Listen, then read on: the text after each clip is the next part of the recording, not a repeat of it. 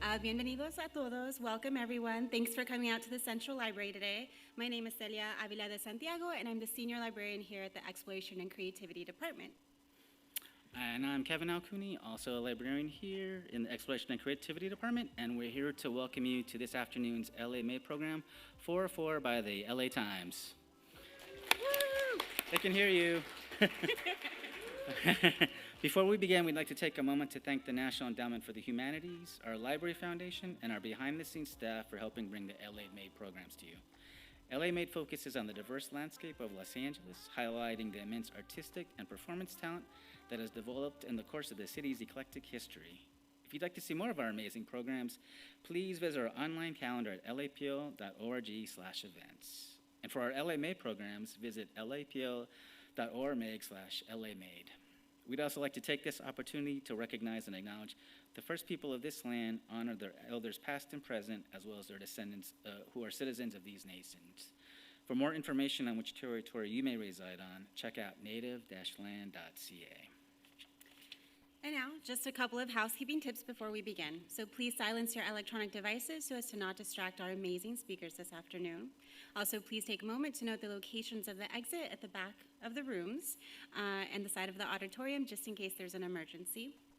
If you parked in the garage underneath the library today, you can get your parking ticket validated at the information desk in the main lobby, and the parking will only be $1 as long as you parked after 1 p.m. and leave before 5 p.m.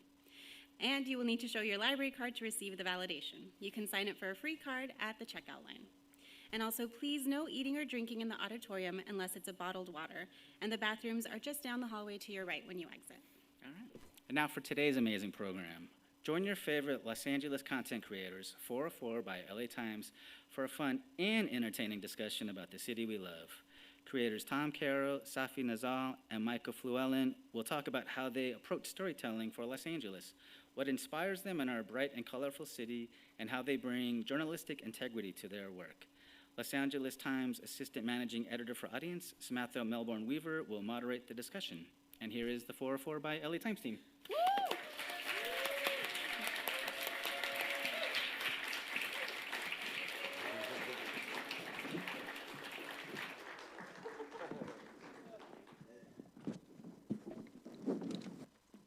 Well, hi, everybody. Thanks for coming to listen to us talk about ourselves. We love nothing more, I think, right? I'm Sam. I'm just going to give a quick intro. Oh, it's so nice to see all these people here. This is great. I'm Sam Melbourneweaver. I'm Assistant Managing Editor at the LA Times. And gosh, about 3 years ago, our then executive editor sat me down and said, hey, how come we don't have a social team? And I was like, what are you talking about? Like, I have a social team, for sure. We, tweet and stuff when Twitter was a thing. And he was like, no, just, people, creating content for social. And I was like, that'd be sick. I'd be down to build a thing. And he was like, okay, why don't you do that? Sketch that out for me. And so, 5 months later, we had a team of 6, including our dear departed former colleagues, Angie, Jess, and Marina.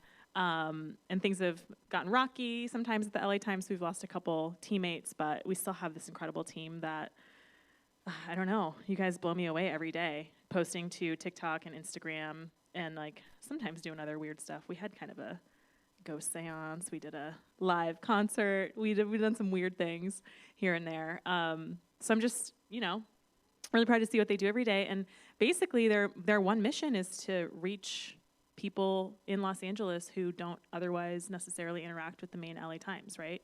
I'm going to steal Tom's super appropriate metaphor. We're like the Joe Camel of the LA Times, and maybe that's a reference that's too old for half of our audience, but basically, we're here to say this is the LA Times. There's something here for you. Come check us out and maybe learn something along the way. And so you guys do a great job of that. And that's what we're here to talk about today. We are going to start with Mr. Micah Fluellen. Hi. Micah, what do you do for the team? So I am one of the content creators for LA Times 404, and I handle some of the visual looks of the whole department. And I mostly do fun illustrations, going around town, talking to strangers, and hopefully making friends along the way. There we go. Yeah. Yeah. Can we see Micah's video so we can get a little flavor of Mr. Fluellen? Oh, that's not me. Actually, Micah is Judah. He puts on a full suit. Surprise! Yeah. Down, I smelled something. It smelled like someone flipped my nose the bird. It smelled like someone put a plate of rotten eggs in front of an industrial fan. It smelled like a Super Smash Brothers tournament. In summary, it smelled like straight up gas. Right on the corner of Fairfax and 6th Street is what the people who work at the 99-cent store call the stinky corner. So why does it smell like spite and broken promises around here? The entire area is built on top of the Salt Lake oil field. Once these oil fields were abandoned, city developers started doing their thing and developed the city. And while there's not much oil drilling around the area anymore, the dead organic material is still hanging around the neighborhood. And here you have the origin of the stink. Hydrogen sulfide, a rotten egg-smelling gas that, on a good day, can cause nausea, watery eyes, and nose irritation. On a bad day, high concentrations can cause death, plus it's highly flammable, and it's finding its way into your local 99-cent store. The La Brea tar pits, the less rancid-smelling next-door neighbor, is also a result of oil-field drilling, and not some amazing, naturally above-land Jurassic Park wonder. Actually, the tar in the tar pits isn't tar, it's asphalt. And the pits in the tar pits aren't actually pits, they're seeps, caused by the asphalt seeping up from underneath the ground. So it should be the La Brea asphalt seeps. I still love you, tar pits. This whole area has high levels of subsurface methane. Methane zones are areas that have a higher than average explosion hazard risk due to known concentrations of methane gas underground. Less than a mile away from the stinky store, a Ross Dress for Less blew up in 1985 because of a methane explosion, where over 23 people were hospitalized. A Ross employee punched his time card, and a spark from the time clock ignited a pocket of methane that had built up in the basement. After the explosion, the Los Angeles Department of Building and Safety implemented methane mitigation strategies to avoid any more methane-related catastrophes. Want to know if your neighborhoods are in a methane zone? Search your address at zimas.lecity.org to see if you live in one. All in all, I think I have my fair share of spooky, oil-field-related stories I can tell around a campfire to the Midnight Society.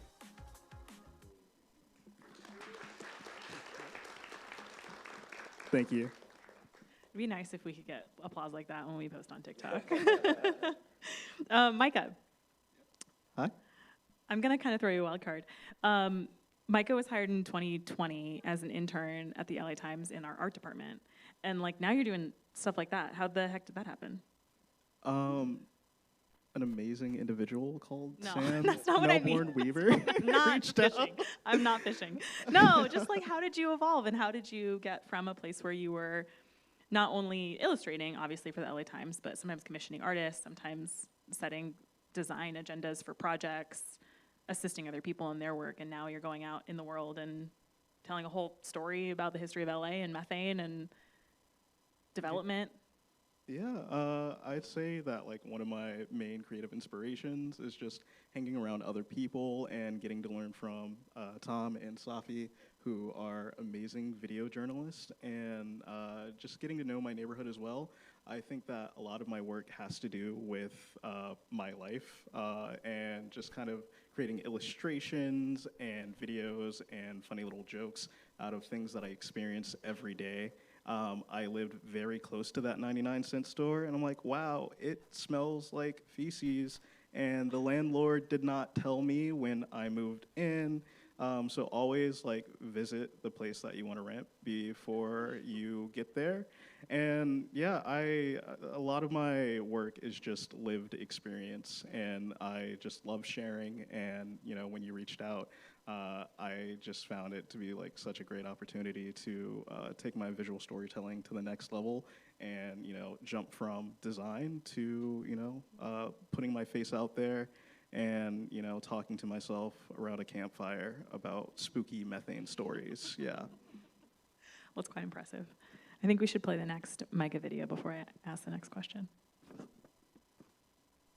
I was in search of fall spirit, and all I got was a reminder that I can't afford to buy a home. I want that true blue, as seen on TV, autumnal experience. PSLs, brisk weather, and Anna Kendrick rom-com-ass scarves. I'm talking apple picking, pumpkin patching, hay rides, and most importantly, seeing leaves turn deep hues of reds, oranges, and yellows. But because of Los Angeles' low elevation, climate, and lack of deciduous trees are the ones that change color in the fall. They do so by breaking down chlorophyll, which is the pigment that turns leaves green. This reveals other pigments in leaves such as yellows, oranges, and red. I made like a tree and drove over 5,000 feet above sea level to Lake Arrowhead. As I got there, I learned that in order to fully enjoy the lake, I had to be a property owner, and that the entire lake is privately owned. Funnily enough, Lake Arrowhead's Welcome Center doubles as a real estate agency. And if you don't own a home within the borders of the lake, you don't have lake rights. Without lake rights, you're not able to access the lake by boat or other watercraft, fish in the lake, swim the lake, walk or hike along the entirety of the lake, build, plant, dig, or remove anything from private property, use private property for commercial purposes.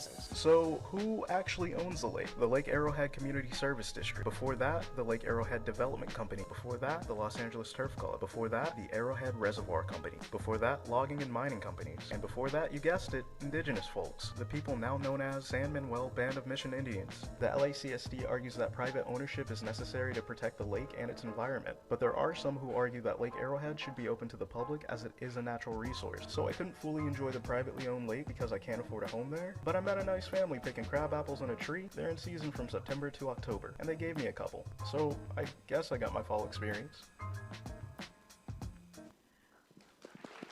Thank you, thank you. So one of the things I think is really interesting about your work is that I spent most of my life in LA. You have not spent most of your life in LA. You grew up in Ohio. Shout out Columbus, Ohio. No, yeah. But your videos often teach me something new about Los Angeles. I wonder if you could talk about like what it's like to be a transplant covering this community that you're not necessarily from, but with so much depth. Sure, yeah. So I think it's about going in blind and sort of having that privilege of seeing Los Angeles from a fresh pair of eyes. With the Lake Arrowhead video, I just got recommended somewhere where I can see leaves. I didn't know that Lake Arrowhead was 90 miles away from my home. I just kind of, pitched it to you like, hey, I'm going to Lake Arrowhead. That And mileage then, report was something else. Jesus. It was like an amount of money that I got. But I think that makes for an interesting story too, is telling the adventure of figuring out the research after I go there and just, talking to people, picking crab apples. Interestingly enough, the first place that I stopped by in Lake Arrowhead was the visitor center where, you can learn about, the things that you can't do there. And I just wanted to film one of the trees, and this woman who was very distressed walked out. She was like, "What are you doing here?" I'm like, "Oh, just filming a leaf." And it so happened that the visitor center also doubled as a real estate agency. And I'm like, "Oh, this is weird." So the initial story was about, you guys just watched it. Going and filming trees, and then I learned oh wait, I'm too financially modest to enjoy Lake Arrowhead, and I think that's just the best part about the job for me, and the stories that I create is going in blind with my shucky ducky quack quack Ohioan vibe, oh shucks, and then just learning more about Los Angeles, and hopefully someone in the comments is like, oh yeah, I didn't know that either, or like, why didn't you know that? Go to Big Bear instead, stupid. But yeah, that's just about it. It's like tourism with extra steps. But you get paid to do it, so that I get paid to do that's it. a nice Yeah. bonus. Well, I mentioned this earlier, but you're primarily an illustrator. You have a little series that you've done a couple times. We can show those slides, I think. Why don't you talk to us about this series that you have and how it got started and sort of what your process is? Sure. So this series is called Good Day in LA, and it started pretty much around the same time 404 started. It's like my children's book series about Los Angeles. And Good Day in LA came from me wanting to have a good day in LA. And I usually work remotely, and I just needed to get outside of the house and go on like a little mental health walk.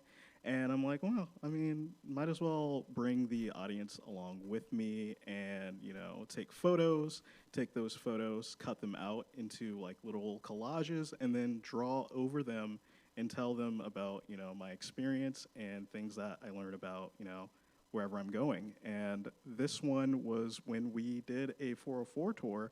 I'm like, oh, wait, this is really cool. And my man Kevin over there is giving us just like a really detailed, awesome look at the Central Library.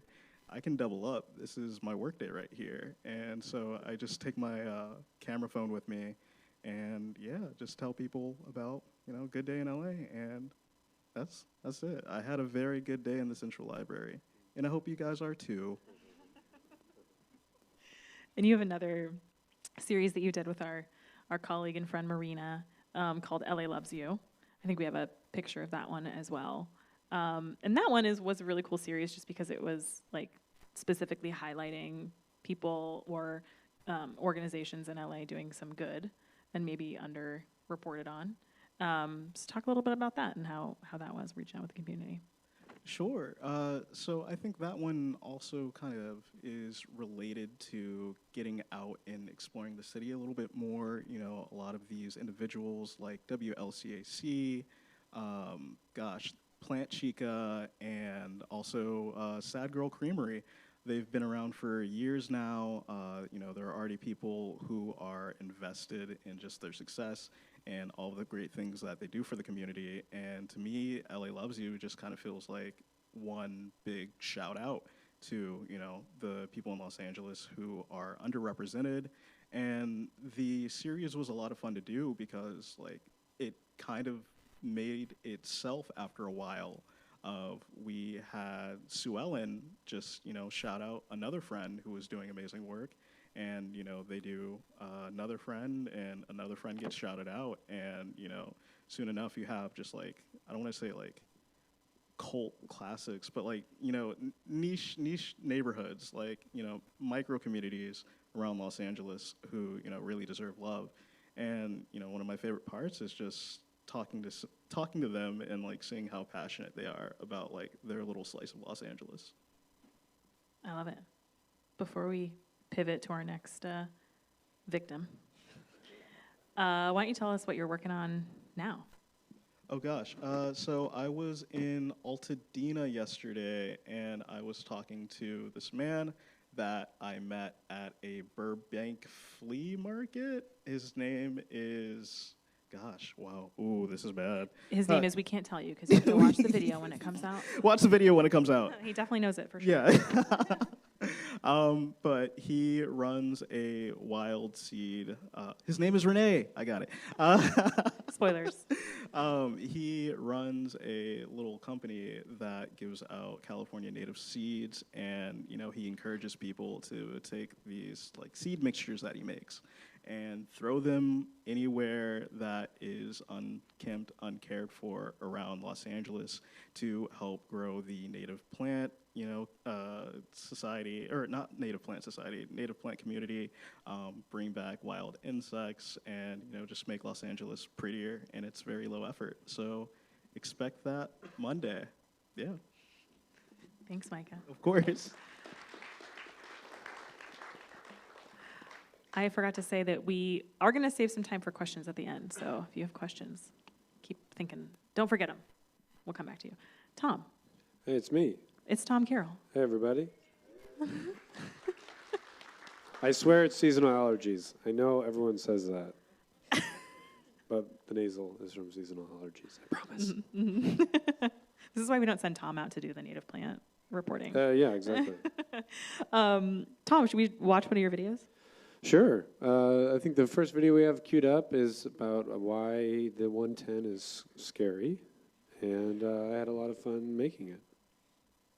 The 110 is frightening. Narrow lanes, blind curves, stop signs on on-ramps, very short exit ramps, a sliver of a shoulder sometimes. Why is this 8.2-mile stretch of freeway so hectic? Simple, it's the oldest freeway in the West, and we didn't know what we wanted freeways to do yet. When it was built in 1940, it was designed for a maximum speed of 45 miles an hour and an average of 27,000 daily car trips. Today, people drive 70 miles an hour, and it sees, at the very least, 130,000 car trips per day. Now that's data from 2005. That's the most recent reliable data I could find by the time of filming this. So at the very least, it's 5 times as full and people are driving nearly twice as fast as what it was designed for. The answer to why the 110 north of downtown is different lies in the name, the Arroyo Seco Parkway. Its designers imagined a meandering motorway through a luscious green space. You'd pass trees and flowery medians. And they set the speed limit at 45 because anything faster they felt like you might miss the scenery. And most importantly, it wasn't designed to move cars as fast as possible, rather just efficiently. You didn't have any cross traffic. There's no one making left-hand turns in front of you. Can it be fixed? Well, not easily. The Arroyo Seco channel's on one side and then lots of homes and roads are on the other side, so it's sort of hemmed in. People have floated the idea that the third most lane could be an entry and exit lane only, but Caltrans has said that would cut capacity at peak hours by a third, so that idea didn't move forward. Some people have said, hey, what if we just put the speed limit back at 45? Which, sure, but good luck getting anyone to drive 45. Anyway, next time you're on the 110, you could try driving 45 to experience it the way it was meant to be, but I imagine most drivers around you wouldn't be too thrilled.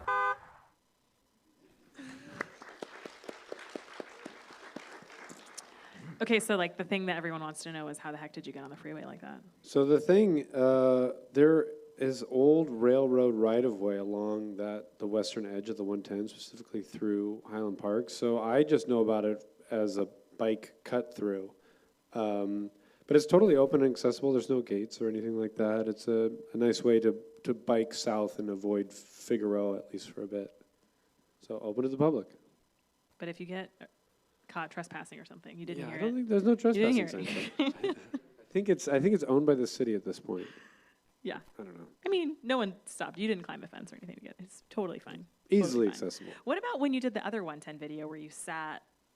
Yeah, that's a fun bit of former, I mean, it's still technically pedestrian infrastructure, but before the 110 existed, that was the North Figueroa tunnels, and so that was just the sidewalk from the old street.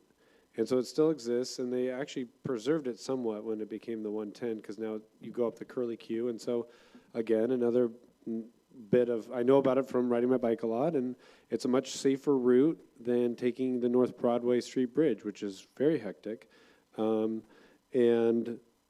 also open to the public. How do you, we're jumping ahead a little bit on our run of show that I Please. ridiculously crafted, oops. Talking about biking, you know like everything in every corner of LA, seemingly. Not true, but sure. More than most of us, right? You did a long-running YouTube series called Tom Explores LA, hence the Instagram handle. Yeah, yep. Thank you. Shout out Tom Explores LA. How did you get this extensive knowledge? Well, I think as any person pursuing personal projects, you have a story idea, and then you research that story idea, and you learn new things, and then sort of do it over and over and over again. And I mean this honestly, I'm not just saying it, but the library is how I learn most things. The Central Library specifically, all the way down to the bottom, on the history floor, before Glenn Creason, the map librarian, retired. He was incredibly helpful. I mean, all the librarians there were very helpful. But again, I mean, working at the LA Times, accessing LA Times archives, I'm doing it via the public library. I'm using my library card and accessing ProQuest that way. And then the photographs, all of it, I mean, really so much of, I know a lot about the city, mostly from the library and the archives that they provide. But you're also like out, well, like Micah, like out in the world. Out in the world, riding yeah. your bike, riding the bus. Yep. And then, I mean, so, not to brag, but fourth generation Southern Californian. I can show you my great-great-great-great-grandfather in the 1893 Los Angeles City Directory on the history floor, down on the history floor in that big book. So I just sort of grew up, in the suburbs, La Habra Heights. So I... Shout out. Shout Shout out out. Columbus, shout out La Habra Heights. Yeah, watch out for Villanueva. He does live there.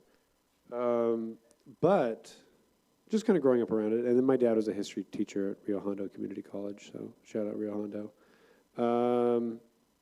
How do any of us learn anything? I don't know, just personal project. I'm kind of meandering now. Next question. Pass. That's a lot of research, but you're making roughly 2 videos a week, sometimes more. So you don't really have time to like... That's true. Well, my output has shifted because with the web series with Tom Explores LA, we had time to sort of really work on a piece 8 to 10 minutes long. And that's my 15-month-old daughter that just said bye. She's bored, so... Keep it moving, Dad. Keep it moving. Tom Explores LA, 8 to 10 minutes long, deeply researched, shot over months at a time, many people involved. And then with LA Times, quick moving, maybe not necessarily more surface, but just more sketches of ideas. And so really rely on the reporting happening at the LA Times, working with journalists and what they're doing. And so I found a lot of success trying to just repackage the good reporting that happens in the paper that just sort of can just seemingly float away, and trying to capture that and obviously give them credit for their work, but then just sort of retell the story a little bit. So, the web series still exists. We never ended it. We would like to do more, but I think it's just a matter of free time because right now the itch is being scratched by the LA Times.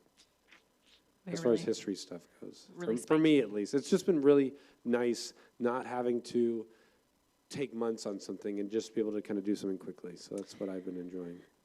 That's a really nice way to talk about deadlines. Yeah, true.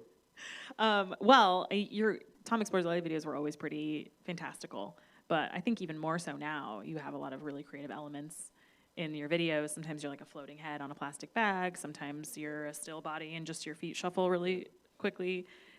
How do you come up with that stuff?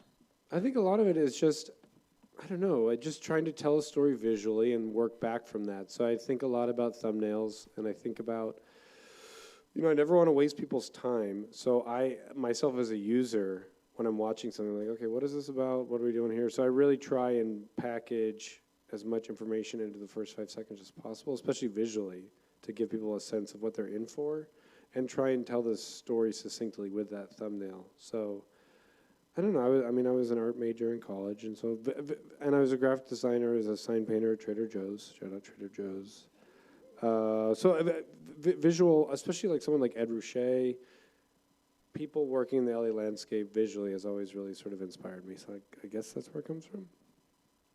Cool. Let's watch another Tom video. For the past 4 years, I have photographed over 1,500 people. With fast-paced one-way streets and towering high-rises, downtown Los Angeles can sometimes feel like a background image that you merely pass by.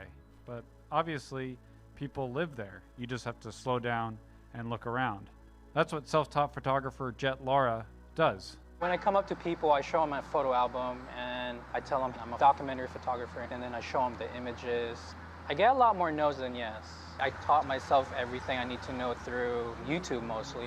For steady income, Jet delivers food, picking up and dropping off orders on his bike that he's nicknamed White Horse.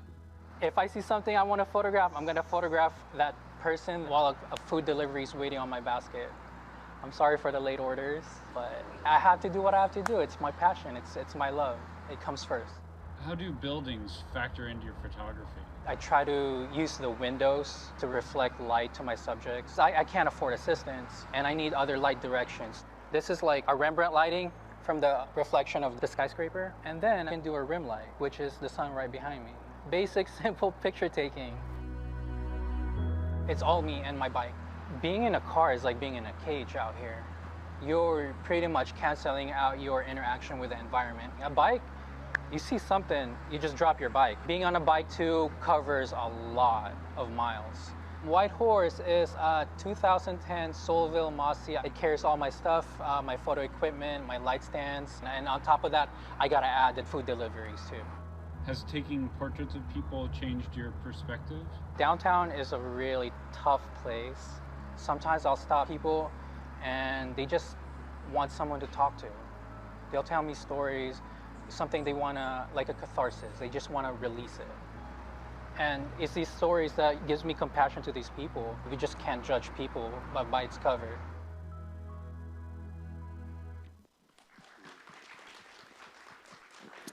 I really like the soundtrack on that one. Yeah, just stock music. It's beautiful. It worked really well, that cut when he's biking next to the parking garage. So I met Jet like that day that we published that. I like walked out of my apartment and he was sitting right there. That was crazy. How'd you meet Jet though? I met Jet, so weirdly, he DM'd me on Instagram, just, hustling me, like, I'm a photographer, these are some of my photos, and we had chatted a little bit, and then I didn't get back to him, and then whenever I see someone with a bike that I like, I always approach them, and so I was at the LA Art Book Fair, and this guy is, like, pushing a bike by, I was like, oh, that's a rad Mossy. He's like, I DM'd you, and I was like, oh, you're Jet. You ghosted me. Yeah, you ghosted me. And so it worked out great. It was just like, it was just kind of serendipitous. And I think like I really loved doing those profiles, and that was like something that felt more Tom Explores-y. Mm-hmm. But obviously they can be difficult to come by, finding a compelling subject, compelling story. So they don't happen that often, but when they do happen, I'm always really excited. That one feels, and I don't mean this any kind of way, but it feels like a more traditional journalism piece. And you have a formal journalism background. How do you explain how that fits in with the rest of your wacky other things? Yeah, I think it's just I've been lucky to like catch some breaks. We made the web series for a long while, and then I was able to parlay that into going to USC for journalism school, and they gave me a fellowship, which was very nice of them, and just sort of sharpening the tool set that I had sort of developed on my own, but just understanding like how the sausage is made a little bit. Can I get one more analogy in there? But yeah, so I take journal, I take the notions of journalism and the rules of journalism, how we should operate pretty seriously, which I think like may not always come across with my banter, but I do really take it very seriously. But I think that's one of our, maybe you can all speak to this, but one of our sort of challenges is that we're competing on TikTok where like, you can kind of do anything crazy there. You can get famous with like weird dance moves that everyone else is doing, or I saw a guy who ran a marathon in his hallway.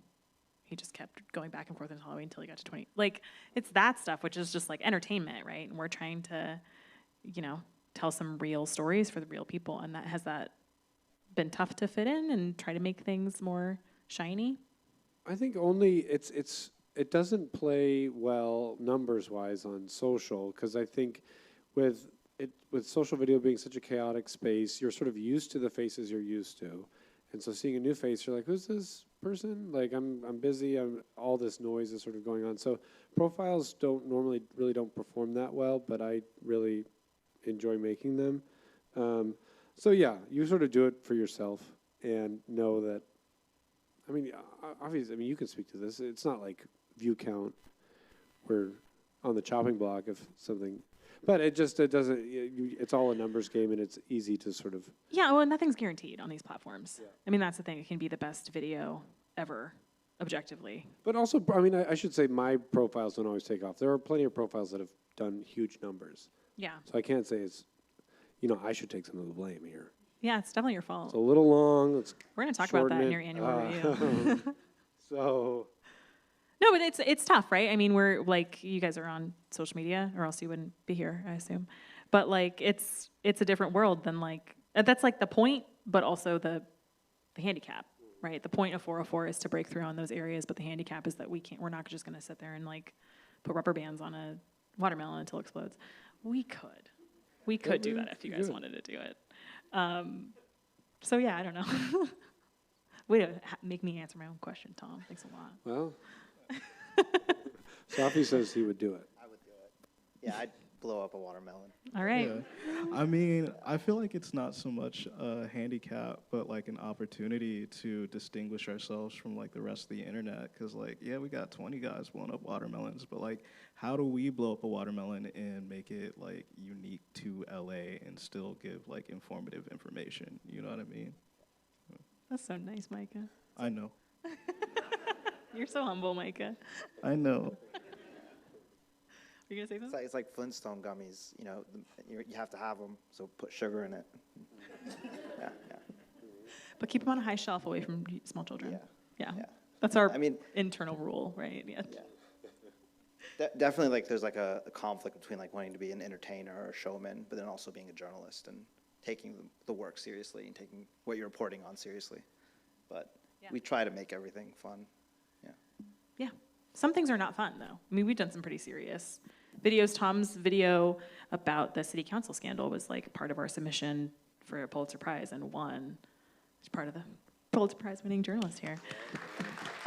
And that was pretty serious. I mean, maybe you should talk about like what thought process went into that. That was a crazy moment. I think it was just, you mean the city council mega edit of all the. Well, let's talk about that one afterward. afterward. You kind of did both. You did Yeah. kind of like a serious thing and then a very not serious. Well, the serious thing was really, again, just relying on the reporting of the paper. And so it's a huge asset, and it's a great honor to be able to rely on these people that have, you know, put in a lot of hard work, a lot of sleepless nights, and sort of come in and try and distill it down into something. I think it's just as simple as that. I think also, I mean, when that happened, we didn't really intend on covering it. We were really trying to do things separately from the main newsroom because, again, totally different audience, totally different mission. But I remember you came in on that Monday. The story broke on a Saturday, I think, and you came in on Monday and you were like, we're still the LA Times. Our handle is LA Times. People are going to expect something from us. So you like know the audience. And you were also trying to, I think, sort of plant the flag on behalf of our amazing colleagues who broke that story. And then you did a very serious readout. You put on your cashmere. I wore my Kirkland signature cashmere. That's how you know Tom's serious. It's the sweaters. I hid the mothballs off camera. But then you did a second pass at it, which was a little more 404. Yeah, whereas just a super cut. Is my daughter still here? No, it was just where every fuck was cut together. But bleeped. Bleeped, Every yeah. bleep. That's what I heard. Yeah, every bleep. You're right. I don't know. But it was like a lighter hearted. Well, yeah, okay, so the whole thing is that people are tuning in for news. They're non-subscribers, so it feels weird to not provide some sort of newsy element on these social platforms that, I don't know, otherwise it's just noise. I mean, I even think the bleep video was news. I mean, you were showing how angry people were. It was a solid, 2 minutes of cussing. I think we got to 32 was the final count. Yeah, it was kind of crazy. All right, save your questions for Tom. Don't forget him. And we'll get to him at the end. See you, Mercedes hat. I know you have 6 questions for Tom. Okay, Safi, welcome. Thank you for having me.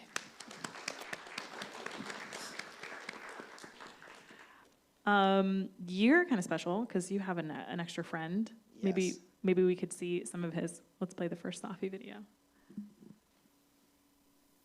What's that on the hill? A bunch of shrubs? No, that's Chaparral, the most extensive plant community in California, spread across every county in our state, except for Sacramento. Hi, Mr. Richard Halsey, director of the California Chaparral Institute.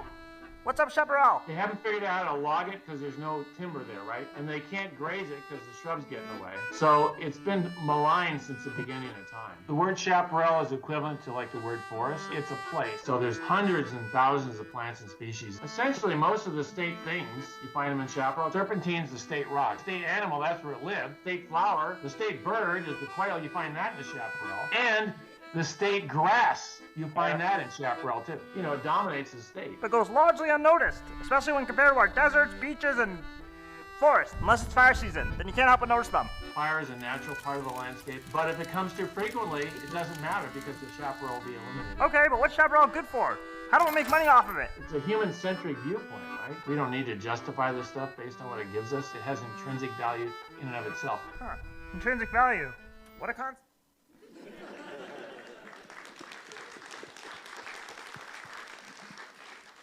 What a great interview.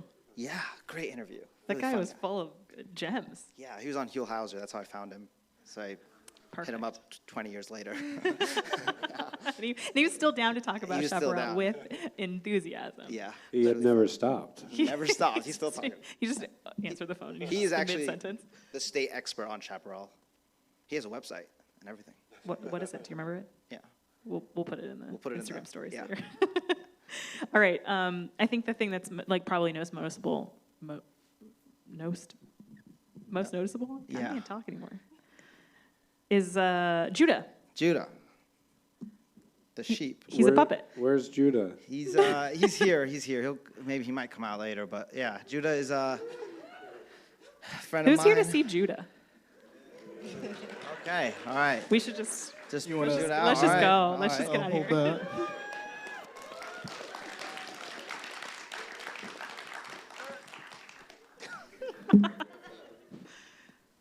Just one moment. All right. Okay. Well, okay. Need some help there? Okay, There he hello. is. Thanks for coming out. I'm Judah. What? How much speaking time you give this guy? Not too much, huh? Oh my God. It's all right. He doesn't do much of the work. Judah, can I keep talking to Safi, please? Yeah, sure. All right. Could you, if you could. If you insist. Yeah. So,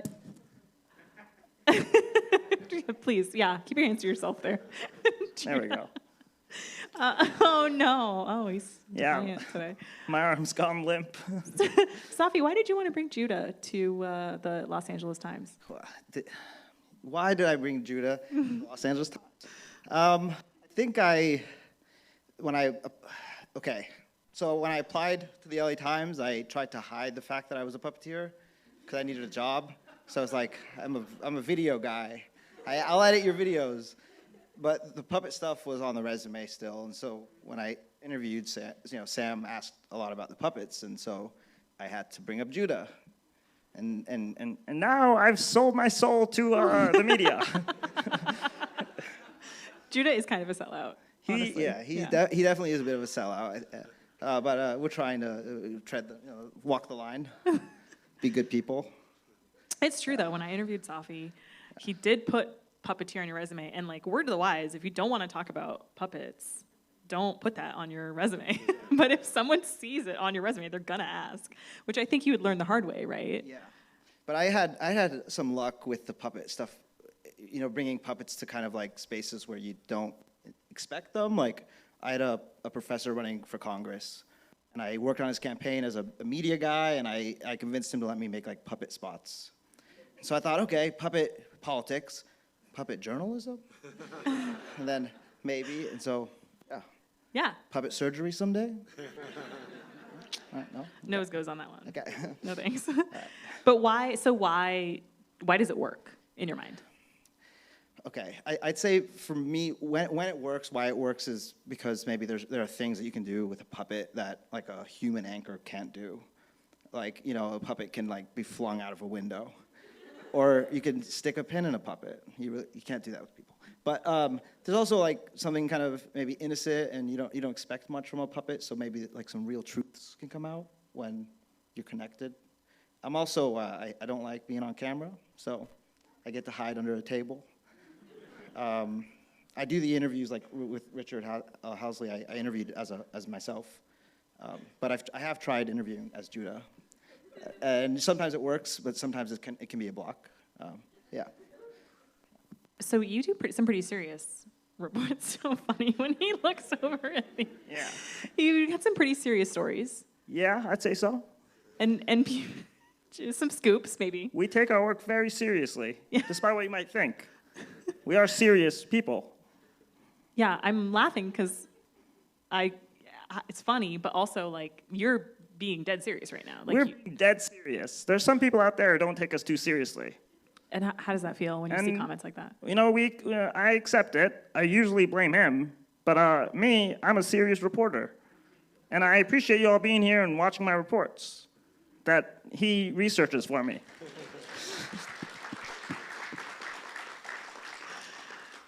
So what is your typical like production schedule like?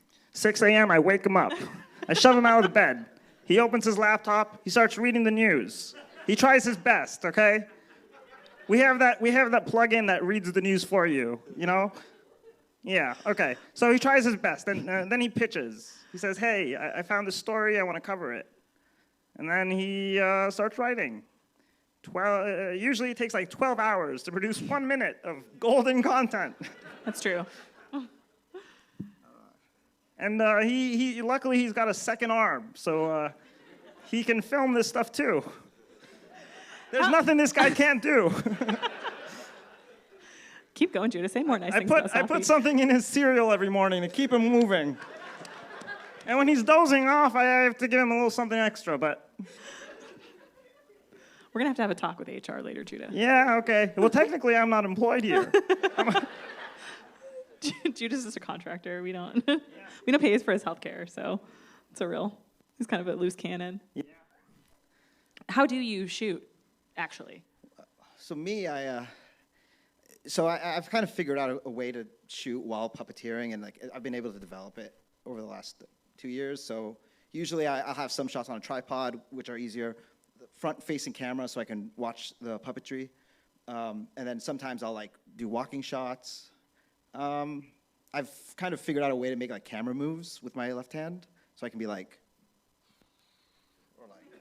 kind of have him turn the corner, and there's I studied the Henson technique, which sounds so fancy, but it's not fancy at all. It basically just is monitor puppeteering. So for example, okay, I could actually watch Judah in that monitor.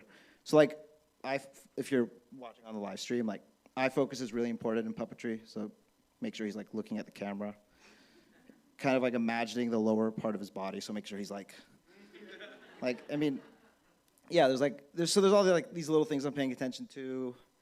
I have learned I have had to make sacrifices. I'm on deadline. Deadline life has changed my brain chemistry, sort of, in the sense that you can't spend a week making a video or months. It has to be produced in 2 days. So yeah, I've just figured out how to make everything quick. And I think worth knowing, if people didn't know already, everything 404 publishes is shot on our company iPhones. So there's really not, it's single. Sometimes you'll get a friend to come out with you and help you with a particularly tough shot or whatever, but for the most part, it's you guys and maybe a tripod and your iPhone, right? Yeah, That's true. Pretty much. You airdrop, you figure out ways to make editing quicker. The Rich Housley interview, I was driving down from Los Osos to LA, and so I'm I gotta get this video in tomorrow. I'm gonna listen to this. I'm gonna edit it on the drive. I'm gonna listen to this interview a bunch of times, and that was not great work-life balance. But sometimes great work-life balance. And sometimes fun adventures that you get to go out and meet people and learn about the city, and yeah. So I want to talk to Judah now about his backstory and how he became a journalist. Yes, of course, please. So when did you know you wanted to become a reporter? Okay, so my early days out on the barn, I noticed that the water was tasting kind of silly. I tried to nudge the other sheep about it, but no one was taking on to it. So I wrote a report, and the LA Times picked it up, and I'm here. And, yeah. Judah, how old are you? I'm 23. Wow. Yeah, I'm a prodigy. You are a prodigy. I'm a whiz. I'm a whiz. And you're a sheep, correct? Yes. I just want to get that on the record because sometimes people call him a goat. Yeah, I'm not He's a goat. the goat, maybe. I am the goat, but yeah. But not a goat. Not a goat. I'm a sheep. Judah, Yeah. Why are you purple? I'm lilac. Next question. What are your dreams? You're pretty prolific, but where are you trying to grow into? I'd like to continue reporting on climate until industrial collapse, and then I'd like to form a paramilitary group that can roam the streets and control what's left of Los Angeles. Sounds entirely reasonable and totally doable. But in the meantime, it's important to me to understand what people are doing about this whole climate thing. Yeah. Maybe this is a good time to play our next video. Do you want to watch another? Yeah, please. Let's do it. Yeah. This is kind of perfect. LA County saw another near-record rain. How much of it will we get to keep? Not enough. When it comes to rain in Los Angeles, two conflicting priorities are at play. Get water out of the city as fast as possible and hold on to every last drop. It's something the Army Corps of Engineers, who channelized 51 miles of the LA River, wouldn't have cared about, following the devastating floods of '38. But today, in the face of extreme weather changes, water resilience is top of mind for the Southlands. Last December, LA County Board of Supervisors adopted its first ever water plan, with the goal of sourcing 80% of our water locally by 2045. That means reducing reliance on imported water and investing instead in stormwater capture. Enter the Safe Clean Water Program, which passed in 2018 as Measure W. It'll take an impermeable concrete lined city like LA and set up green spaces where stormwater can seep through the ground to replenish our underground aquifers. The program has a target of 300,000 acre-feet by 2045, but there are concerns of its so far slow and piecemeal implementation. If achieved, it will represent nearly 50% of the county's local water goals. As of December, 126 stormwater infrastructure projects have been funded, but only a dozen have been completed. But back to the question, how much of the storm did we keep? According to the Department of Public Works, we captured about 11,200 acre-feet. That's about 3.6 billion gallons of water. The first 2 days of the storm dropped nearly half of the region's average seasonal rains, but the amount we collected was only a fraction of our average annual intake. My colleague Haley Smith reports that about 80% of the rain was lost to the sea. Someone out there is laughing at us. We'll have to live with that laughter and build a city that can support itself through extremes of drought and torrents of desire.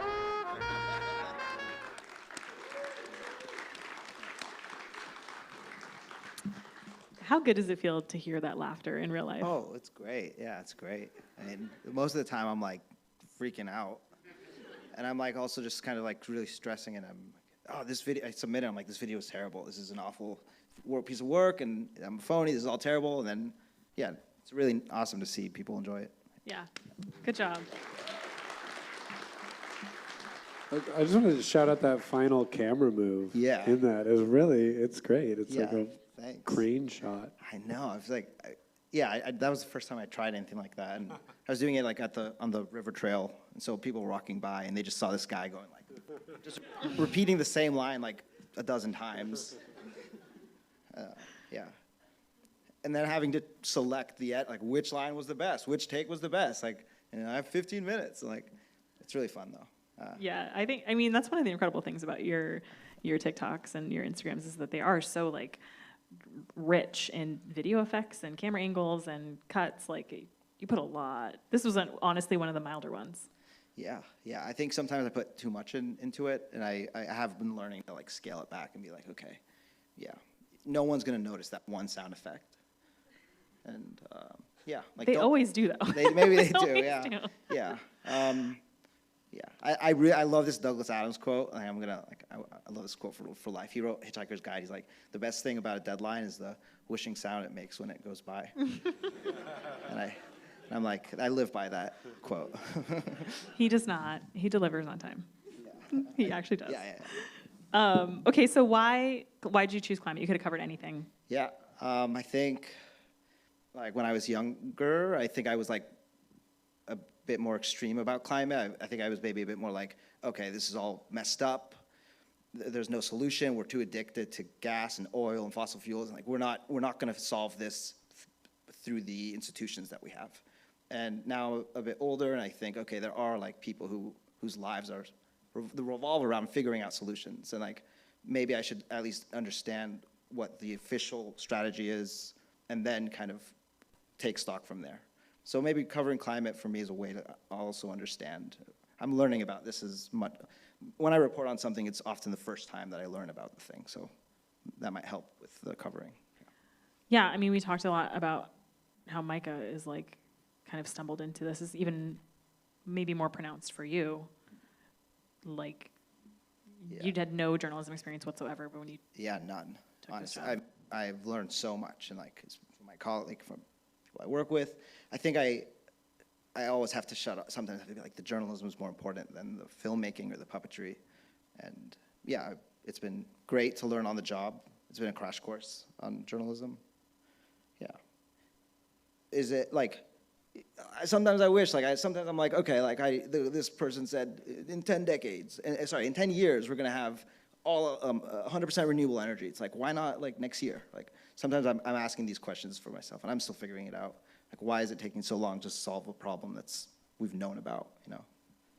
Yeah, great question, eternal question. Yeah. Well, thank you very much, Thank Safi you. and Judah. Thank you. Thank you. I'll be back. Do we have time for a couple audience questions?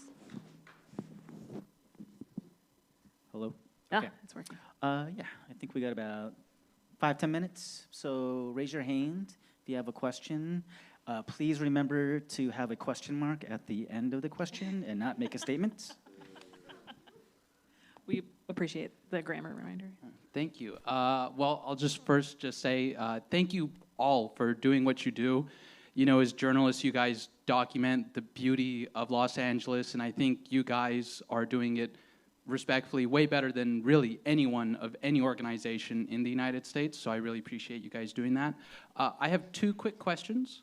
The first is a personal question for all of you, and the second is kind of more related to the community of what you do. The first being is, do you guys have any long-form projects that you guys are working on, any projects that maybe you're looking to expand over doing just a 60-second reel? And if so, you know, what are those? Would love to hear about them. The second question deals more with like the community of being a digital journalist, digital producer. As you all know, like there's been a lot of layoffs within a short amount of time, and a lot of companies are still unsure about how to invest within digital platforms. What would you recommend to journalists within the same space to try and find the niche that you guys have found yourself? And ultimately, what do you think the future is of digital reporting? Thank you. Great question. Personal projects, none of just having a baby. So none at the moment, or a long-term project also, none at the moment, but thinking of things. Personal projects, I've opened a puppet studio. I have a workshop space where a colleague and a partner of mine, we build puppets, and we're hoping to get that off the ground. So that's I mean, you have to have you can't build puppets at home. It's very messy, but yeah. And then the second question, I feel like I maybe too big for me to answer, but I do think that like, yeah, this audience alone, like journalists have, I think, more of an audience online on digital platforms, so that's where people should be heading. Yeah, no personal projects, but me and Sam brainstormed a future series where I just go into neighborhoods and, you know, just talk about the highlights of them and, you know, talk to, you know, willing business owners who will, you know, let me know a little bit more about the area. So next week I will be filming at Little Ethiopia, and as far as just, you know, finding your niche and succeeding in it is just building that community. You know, really going out there is, you know, the most rewarding / nerve-wracking part of the job. You know, just kind of putting yourself out there and reaching out to a stranger, and then, you know, thinking about how did you get my number, or, you know, how do you have my email, and then just on the way to each interview, I'm always, you know, sweaty. And then, like, I eventually have, like, a fantastic conversation with, you know, everyone that I interview, and they really, like, you know, make me feel like I am a part of Los Angeles, and they, you know, invite me to come back out and, you know, introduce me to a little bit more of the community. And whenever I don't feel confident about, you know, being a journalist or, you know, doing features, they kind of just ignite that confidence by, you know, just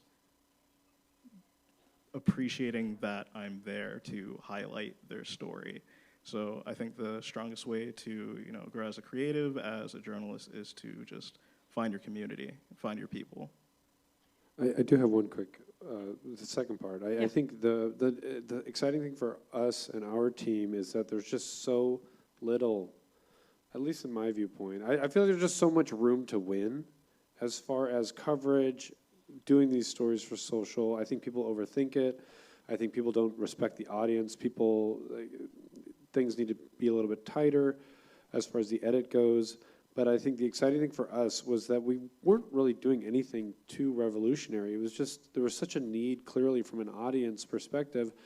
Local news coverage has sort of been hollowed out. So any sort of local story, which I sometimes would think is too focused, would do really well, because clearly people just want to know what's going on around them. And because, yeah, the sort of shrinkage in Los Angeles journalism, City of LA, Southern California, there's just a lot of room to win. So I was just chatting with a friend who works at LAist and just sort of reminding him of sort of how we've found success. And it's just not, don't overthink it, but be consistent. I think that's really what it comes down to for us, is consistency and meeting deadlines and just being specific with your reporting. I mean, same thing with the Planet Money guy on TikTok. Huge numbers, because it's just like young people, not even just young people, but people want to know about finances and understand these institutions they've heard so many things about, but just talk in a conversational tone and do it in little bites. Yeah, I second all of that. And I will also say, like, it's an incredibly unstable industry. It has been since, I don't know, 25 years ago. And that's not going to change necessarily anytime soon. We hope it is, and we try to fix it as we go. But if you cultivate an audience, you can go wherever you want. You don't need the Los Angeles Times to prop you up, right? You can go with your audience wherever you want to go and tell whatever story you want to tell. So it's all about remembering who you're doing it for, which is why we're really excited to hear from all of you. Like, genuinely, please ask us questions or share things with us, because this is like, at this point, it's like research for us. All right, I think we have time for one more. And then we're gonna. Okay, cool. So with content that's like as hard to produce as yours is, how do you keep deadlines, and what have you learned keeping deadlines? Well, Keeping deadlines is a generous term. We try to publish 2 things a week per person. We have a content calendar where there's like certain days of the week that each person has claimed, and we have daily pitch meetings where we talk through progress on each idea. We don't always make the deadline. Like, sometimes it just does take another day because you're waiting on a callback. I mean, that's the thing about it being legit journalism, is it just takes a while sometimes. So I'm pretty flexible about those kinds of things. That's why you can't really say like, oh, it's Tuesday, I'm gonna see a Tom video. Like, maybe Tom published early on Monday and it was an easy one or whatever. I think it's been really tough though, trying to find story ideas for each of you, right? Like, that's... Yeah, you always sort of feel like you're out of ideas. But I will say, unfortunately, like, CapCut is great, and I want more people at the LA Times to use CapCut. But me personally, you do everything in Premiere. Like, it's just too fine-tooth of a workflow. All the edit happens in Premiere because I'm syncing sound from a separate sound device, and CapCut would just be, it's just too small. It's like, so it's all desktop, 2 monitors. Editing is how, yeah, otherwise it wouldn't be, I couldn't meet the deadlines as easily. I've had to edit in my car like multiple times where I'm like, I'm out doing a story and there's nowhere else. I mean, I'm sure that's not if you are a reporter, you're writing your article anywhere you can. But basically, just everything is transportable so that wherever I need to be to meet the deadline, I have it. Yeah. But on your laptop? On my laptop, yeah. Also use Premiere. I think did you want to, we had one more question that maybe we could. A couple more questions. Do you want to use my You just microphone? want to shout it out, we can repeat it. Yeah, they got Hi, thank you. I mean, what y'all are doing is so radical, and I don't work in journalism. I'm purely a consumer. I do work in media. And I'm genuinely so curious how you even got past, like, how did the LA Times greenlight this? That's part of what excites me so much, is like, oh shit, y'all broke through. So I'd love to hear about any friction there. Would you? No, I'm just kidding. It's been hard, I'm not gonna lie. Our top leadership came to me with the idea, essentially, or challenged me to come up with an idea, and that was the key, because I don't think we would have gotten through without like literally everyone's boss saying like, no, we're doing this. But we work in a newsroom with what I like to call a team of professional skeptics, who hold tightly to tradition because there's so much bound up in it, right? So many ethics, so many experiences, so many rules. And so, yeah, I mean, literally, like, I hired the puppet guy because you can't, like, launch a thing and then, like, especially when, like, the Washington Post exists and, like, not have something that's, like, attention-getting like that. But I think there certainly were some newsroom people who were like, you did what? Like, I'm writing about corruption. Like, are you for real?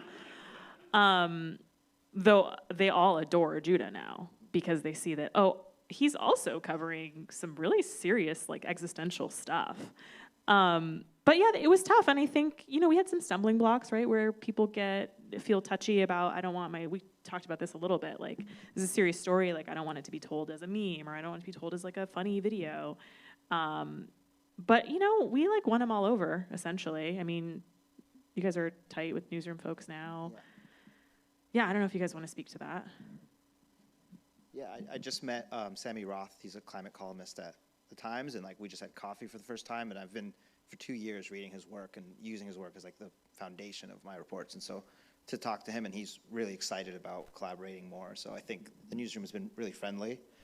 It's really funny whenever I meet someone who's maybe from an older generation at the paper, and I'm introduced as the puppet guy, and I can see, like, the color, like, flush from their face. But you know, I'm fortunate. I'm very happy to be here, and I do take the journalism seriously. So yeah. I mean, one thing I'll say that's undeniable is that their work stands out above everyone else's, like, straight up. Like, they get better numbers, they have better interactions. We put on, like, a concert that hundreds of people showed up for, and, like, mission accomplished on finding a type of person who wasn't necessarily, like, a print subscriber to the LA Times, right? So that's undeniable. Like, the proof is in the pudding, essentially. And that's why we get to stay around, is because their work just really speaks for itself. Good job, guys. Thanks, everyone, for coming. Thank you. Thank you so much. Yeah, this is a pleasure. Thank you to everybody. Kevin, are you closing remarks from Kevin? Yeah, just want to, let's give a hand. Yeah. All right. And that's going to conclude today's LA Main. Thank you for stopping by. And I think they're going to be hanging out in the lobby for a little bit, I think. So thanks so much. Have a great rest of your day.